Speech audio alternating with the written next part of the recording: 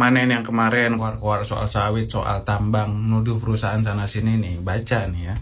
Kementerian Kehutanan ungkap asal-usul pohon yang terbawa banjir di Batang Toru, Tapanuli Selatan. Salah satu biang kerok namanya PT TBS. PT TBS ini baru buka lahan sawit, 277 hektar. Tapi HGU nggak punya, land clearingnya ngawur.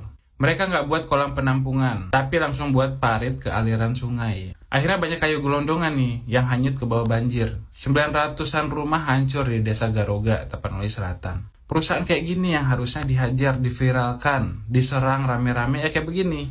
Jangan kayak NGO sebelah, sebar fitnah sana-sini, semua dipukul rata, semua perusahaan salah. Ujung-ujungnya apa? Udah mention 7 perusahaan bersalah katanya. Cuma nggak ada yang terbukti. Menolak sawit, menolak tambang boleh. Cuma fokus ke perusahaan-perusahaan nakalnya. Perusahaan bagus masih ada banyak. Contoh tambang emas di Batang Toru. Izin lengkap. Laporan tahunan bisa diakses publik, cek aja websitenya. Kepedulian kepada lingkungannya udah terbukti, dapat penghargaan. Bahkan kemarin pas bencana, perusahaan ini juga langsung turun ke lapangan buat posko bantuan untuk masyarakat yang terdampak banjir. Kenapa gue ngomong gini? Karena kita harus hati-hati ya. Perusahaan itu isinya bukan penguasa semua, bukan orang kaya semua, bukan oligarki semua, bukan ya.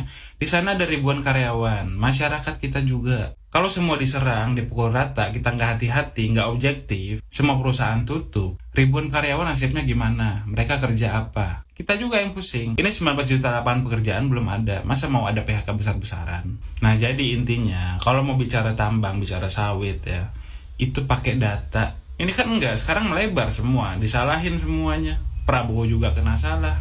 Ini maksudnya apa? Mau nyari duit dari isu-isu begini?